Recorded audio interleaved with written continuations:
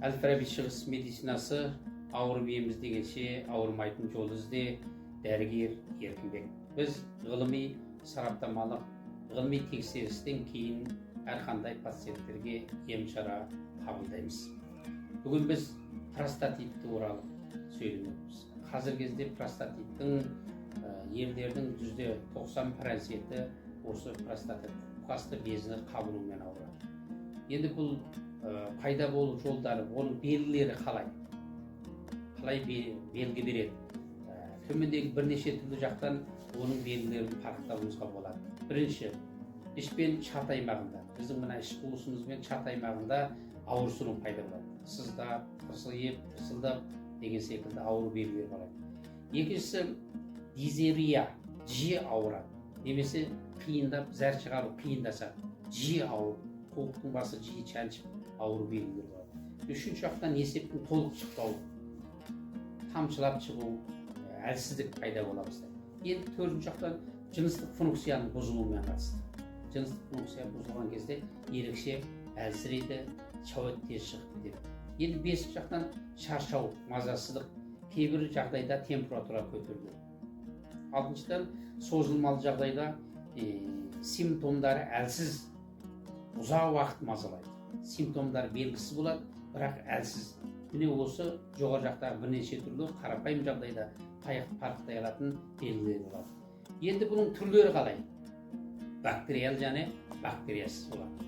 Енді шұғыл бактериялы простатит инфекциямен қатысты болады. Инфекция салдарынан туындайды. Енді созылмалы, екіншісі созылмалы бактериялы простатит. Мұнда ұзақ уақытқа созылған көріністер байқалады. Енді үшіншісі созылмалы абактериалды. Бұл инфекциясыз. Созылмалы абактериалды инфекциясыз. Мұнда бірақ қабыну белгілері болады. Төртіншісі асимметрикалық қабыну простатиті. Белгілерімен тек зерттеулер арқылы анықталады.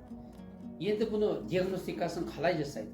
Қарапайым жағдайда палпация, жаңа қол арқылы палпация жасау керек. Екіншісі зәр және шәует анализдерін тапсыру керек. Үшіншісі УЗИ-ге түсу керек. Төртіншісі қан анализінен ПСА-ны көруіміз керек. Енді емдеу жолдары антибактериал, бактерияларға қарсы. Екіншісі альфа блокаторлар. Олар зәр шығаруды жеңілдету үшін пайдаланады. Үшіншісі физиотерапия және массаж. Төртіншісі жыныстық тәртіпті қалыпқа келтіру. Бет-албатта жыныстық қарым-қатынас жасамау. Өз уақытында жыныстық қарым-қатынас жасау. Енді осы жерде бір нәрсе ескерте кетеміз. Мынау соңғы кезде біздің отандастарымыздың арасында, әсіресе ерлерде жаңағы жыныстық мүшені қатайтатын препараттарды қолдану арқылы қазір біздің күйреуімізді білдіріп жатырмыз. Сонымен бірге үсті, қуық асты бездердің қабынуын келтіріп шығарып жатыр. Міне осы жағдайларға көңіл бөлгеніміз жақсы. Енді алдын алу. Мұны простатит болғанында біздің енді қазақ халқында атқа міну арқылы. Көп атқа мінген кезде бұның алдын алуымыз болады. Екіншісі малдас құрып отыру. Үшіншісі көп жүру. Өйткені мынау көп отыратындар адамдар жүріп айтқан кезде мынау жамбас тас астау қойнауындағы жұлын жүйке жүйелерінің қалыпсыз әрекетінен, олардың зақымдалуынан біздің жаңағы қан айланыс жүйемізге кері әсер тудырады. Сондай-ақ лимфа бездерінің қабынуын келтіріп шығарады. Сондықтан біз простатит болған кезде көп қимыл әрекеттерді көп жасағанымыз жөн. Сонда бір қуанышты хабар, осы жақын айларға қарай біз ер адамдарға простатит емдеу таблеткамен бірге массаж, чап массажын жасау арқылы осының алдын алу әдіс-шараларын ұсынып отырмыз. Әл-Фараби шығыс медицинасы ем-шара бізде. Простатит бар адамдар бізге келіп ем-шара қабылдасаңыздар болады.